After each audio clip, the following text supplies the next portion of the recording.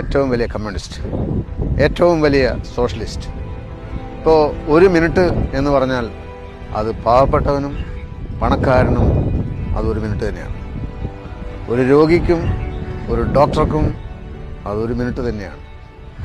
കുള്ളനും ഉയരം കൂടിയവനും അതൊരു മിനിറ്റ് തന്നെയാണ്. മീൻ വിൽക്കുന്നവനും മീൻ വാങ്ങുന്നവനും അതൊരു മിനിറ്റ് തന്നെയാണ്.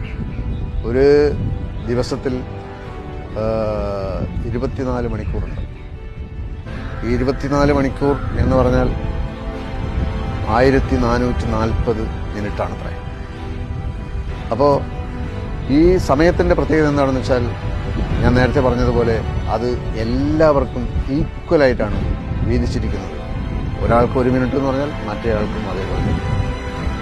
അപ്പോൾ നമ്മളിപ്പോൾ 1440 മിനിറ്റ് ഒരു ദിവസം സ്പെൻഡ് ചെയ്ത് കഴിഞ്ഞതിന് ശേഷം നമ്മൾ പറയാണ്